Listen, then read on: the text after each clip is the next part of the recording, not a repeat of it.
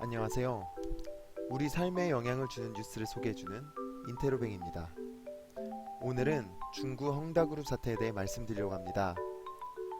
중구 헝다그룹은 지난 13일 긴급 성명서를 통해 최근 인터넷에서 퍼지고 있는 파산설이 전혀 사실이 아니라고 이야기했지만 회사가 현재 확실히 전례 없는 어려움에 봉착해 있다며 회사의 자금 흐름이 위기에 있음을 인정했습니다.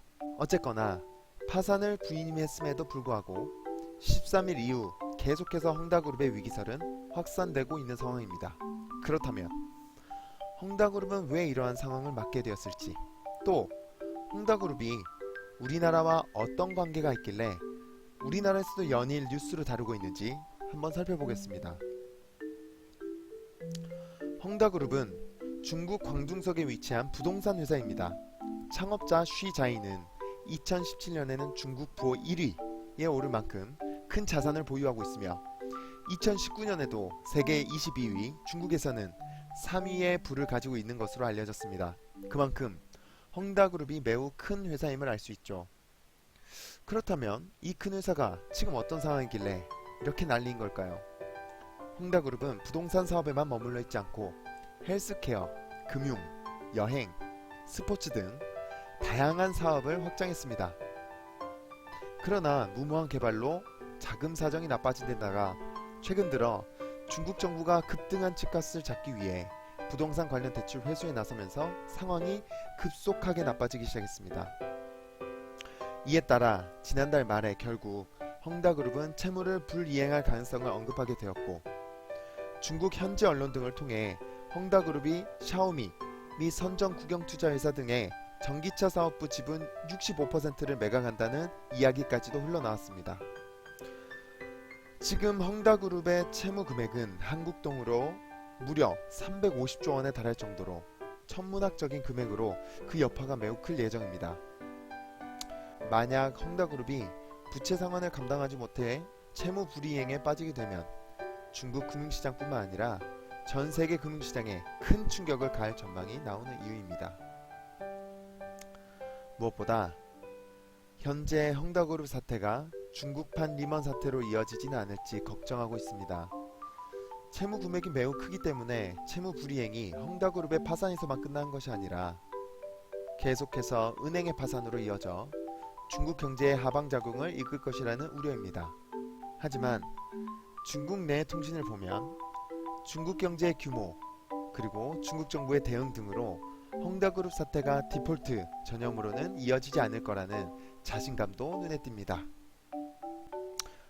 그렇다면 리먼 사태가 무엇인지 잠시 말씀드리겠습니다. 리먼 사태는 지금으로부터 약 14년 정도 전인 2008년 9월 15일 미국의 투자은행 리먼 브라더스 은행에서 발생한 사태를 말한 것입니다. 리먼 브라더스 파산으로 인해서 전 세계적인 금융위기가 발생하게 되었었죠.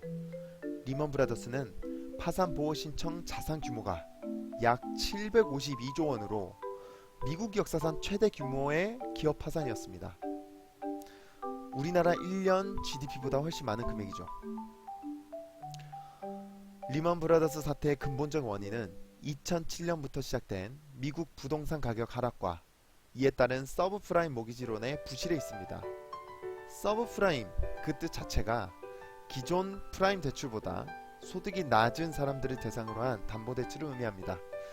이것이 가능했던 이유는 미국은 초저금리 정책으로 인해서 부동산 가격이 급등하자 계속해서 급등하는 주택을 담보로 해서 대출을 부실한 사람들까지 확대하여 준 것인데, 경기 과열을 우려한 미국 정부가 2006년이 되어서야 6월 기준금리를 5.25%까지 급하게 인상하게 되었고, 과도한 대출을 받은 사람들이 이자를 감당하지 못하고 파산하게 되었습니다.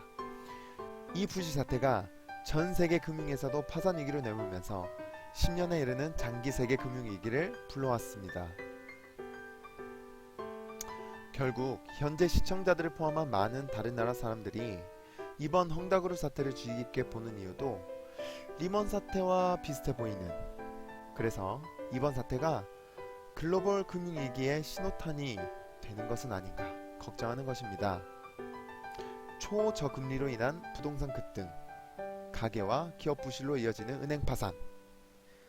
이러한 우려가 지금 2021년을 살아가는 우리의 삶에서도 나타나지는 않을까 걱정하는 것입니다. 그러나 중국의 2월 동계올림픽 개최와 가을에 있을 최고 지도부 교체를 앞두고 중국 정부가 금융 안정화에 큰 관심을 가질 것이기 때문에 너무 큰 우려를 가질 필요는 없다는 것이 전문가의 중론인 것 같습니다. 지금까지 인테로뱅이었습니다. 감사합니다.